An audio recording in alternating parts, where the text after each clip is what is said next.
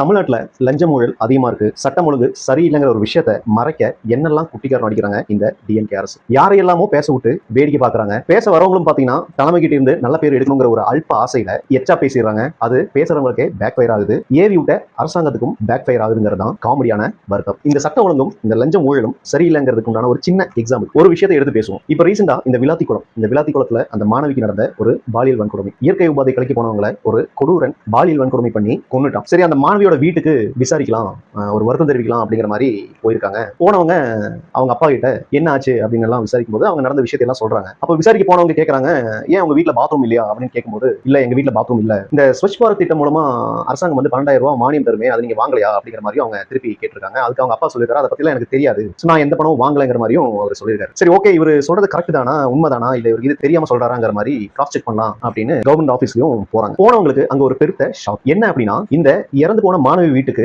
Bathroom கட்ட 12,000 ரூபாய் நிதி வந்து அவங்க கொடுத்த மாதிரியும், அந்த சம்பந்தப்பட்ட மாணவியோட வீட்டுக்காரங்க அந்த மானியத்தை வாங்கி பாத்ரூம் கட்டின மாதிரியும், கட்டின பாத்ரூமை கவர்மெண்ட் ஆபீஸ் வந்து ஆய்வு பண்ண மாதிரியும் ரெக்கார்ட் வந்து அங்க இருக்கு. அப்ப விசாரிக்க போனவங்க ஒரு சின்ன டவுட், ஏன்னா நம்ம தான் அந்த வீட்டை வந்து சரியா கவனிக்கலையா சொல்லிட்டு மறுபடியும் போறாங்க. அந்த வீட்டுக்கு வந்துட்டு பாத்ரூம் இருக்கான்னு செக் பண்ண போகும்போது அங்க நிஜமாவே பாத்ரூம் இல்ல. இல்லாத பாத்ரூமுக்கு மானியம் கொடுத்த மாதிரியும், பாத்ரூம் கட்டின மாதிரியும், கட்டி முடிஞ்ச பாத்ரூமை ஆய்வு பண்ண மாதிரியும் ரெக்கார்ட் வந்து அங்க கிரியேட் பண்ணிருக்காங்க. இல்ல ஸ்வச் பாரத் திட்டம் மூலமா வந்துட்டு இவங்க அந்த வீட்டுக்காரங்க வந்து 12,000 ரூபாய் வாங்கியிருப்பாங்க, அவங்க பாத்ரூம் கட்டாம வந்து அரசாங்கத்தை ஏமாத்துறாங்கிற ஒரு டவுட் வந்து உங்களுக்கு வரலாம். ஆக்சுவலா இந்த ஸ்வச் பாரத் திட்டம்ங்கிறதே ஃபர்ஸ்ட் நம்ம கவர்மெண்ட்ல ரெக்வெஸ்ட் பண்ணணும். ரெக்வெஸ்ட் பண்ணி அதுக்கு நம்ம தகுதியானவங்கிறத நம்ம உறுதிப்படுத்திக்கணும். உறுதிப்படுத்திட்டு நம்ம ஃபர்ஸ்ட் பாத்ரூம் கட்டணும். கட்டின பாத்ரூமை அவங்க வந்து ஆய்வு பண்ணணும். ஆய்வு பண்ணதுக்கு அப்புறம் ஓகேன்னு சொல்லி ஆய்வு பண்ண வரவங்க அப்ரூவல் கொடுத்தா மட்டும்தான் அந்த 12,000 மானியம் நம்ம அக்கௌண்ட்டுக்கு வந்து விழுகும். சோ இந்த கிரியேட் பண்ண ஆபீசர்ஸ் மேல என்ன இவங்க நடவடிக்கை எடுத்தாங்க? எடுக்க மாட்டாங்க. ஏன் அப்படின்னா, லஞ்சம் ஊழலை விசாரிக்கிற துறை வந்து டைரக்டா தமிழ்நாடு அரசுக்கு கீழே இருக்கிறதுனால அவங்க நேர்மையா விசாரிப்பாங்கன்னு நம்ம எதிர்பார்க்க முடியாது. இதே விஷயத்துல சட்டம் ஒழுங்கும் இருக்கு. அது எப்படி அப்படின்னா, சம்பந்தப்பட்ட மாணவியை வந்துட்டு காணோம் சொல்லி அந்த மாணவியோட பெற்றோர் வந்து போலீஸ் ஸ்டேஷனுக்கு போயிருக்காங்க. அங்க வந்து